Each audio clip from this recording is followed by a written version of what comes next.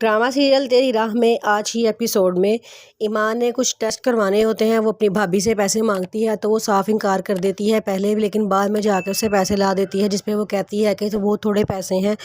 تو آگے سے اس کی بھابھی سمیہ کہتی ہے کہ تمہیں پتہ ہے تمہارے بھائی کی تنخواہ بہت تھوڑی ہے، مہینے کے آخر میں اتنے پیسے نکل گئے ہیں، اس پہ غنیمت جاؤ کہیں اور سے ٹیسٹ کروا لو۔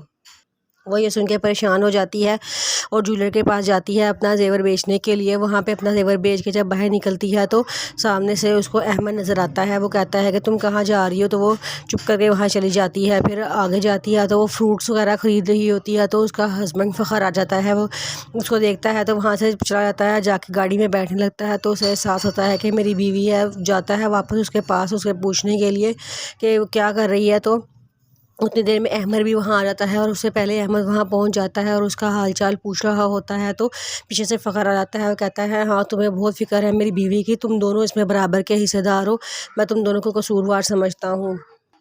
جس پہ ایمان اس کو بہت باتیں سناتی ہے اور کہتی ہے کہ تم نے میرا ٹرسٹ توڑا ہے، میں یہاں سے جا رہی ہوں، اب تمہیں کبھی مجھ سے محبت تھی ہی نہیں۔ وہ یہ کہہ کے جب جانے لگتی ہے تو احمد اس کی چیزیں پکڑنے کی کوشش کرتا ہے، جبکہ فخر اس سے پہلے چیزیں پکڑ لیتا ہے۔ تو فخر وہ کہتی ہے کہ تم دونوں کو میرا احساس کرنے کی کوئی ضرورت نہیں ہے، میں اپنا بچہ بھی سنبھال لوں گی اور میں خود بھی سنبھل جاؤں گی، میں جا رہی ہوں یہاں سے۔